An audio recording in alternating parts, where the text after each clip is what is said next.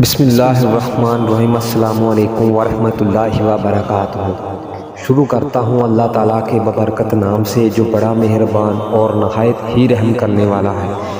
میرے عزیز مسلمان بچوں، بزرگوں، جوانوں، حضور پاک صلی اللہ علیہ وآلہ وسلم کی جو حدیث آپ کے ساتھ آج شیئر کرنے لگا ہوں، اس کا عنوان کچھ یوں ہے: لوگوں کی ضیاء گاہ میں مسجد تعمیر کرنا جائز ہے اگر لوگوں کو اس کی تکلیف نہ ہو۔ حضرت حسن بصری، ایوب اور مالک بن انس رضی اللہ تعالی عنہ کا یہی مذہب ہے۔ باب نمبر ہے 327 اور حدیث نمبر ہے 459۔ ام المومنین حضرت عائشہ رضی اللہ تعالی عنہ زوجہ نبی کریم صلی اللہ علیہ وآلہ وسلم روایت کرتی ہیں: جب سے میں نے اپنے والدین کو پہچانا ہے، ان کو ملت اسلام کے تابع پایا، اور ہمارا کوئی دن ایسا نہیں گزرا جس میں رسول اللہ صلی اللہ علیہ وآلہ وسلم صبح و شام ہمارے پاس نہ آتے ہوں۔ پھر اس امر میں حضرت ابو بکر صدیق رضی اللہ تعالیٰ عنہ کی فکر نے جنم لیا اور اپنے گھر کے صحن میں ایک مسجد بنوائی اور اس میں نماز پڑھنے اور تلاوت قرآن کرنے لگے۔ مشرکین کی عورتیں اور بچے ان کے پاس کھڑے ہوتے